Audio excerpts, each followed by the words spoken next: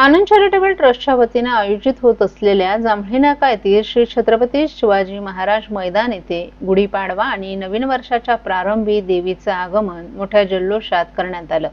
या मिरवणुकीत देवीच्या आगमनासाठी 300हून अधिक पथक तसंच संपूर्ण ठाणे जिल्ह्यातून वारकरी संप्रदायाचे वारकरी पथक, झांज पथक, बँड पथक,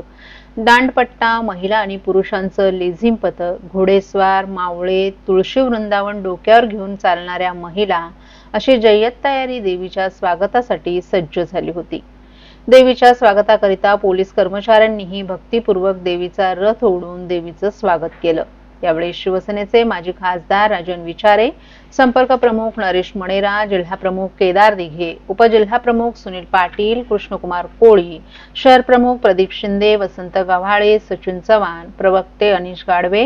विश्वास निकम, सुरेश मोहिते, संजय दळवी, अमोल हिंगे, विभाग प्रमुख प्रदीप पुर्णेकर, जिवाजी कदम,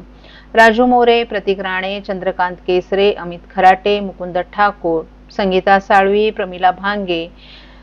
अपूर्णा तेलवणे, नंदा कोथळे तसंच नगरसेवक, विभाग प्रमुख, उपविभाग प्रमुख, शाखा प्रमुख, युवा सेना, युवती सेना आदीही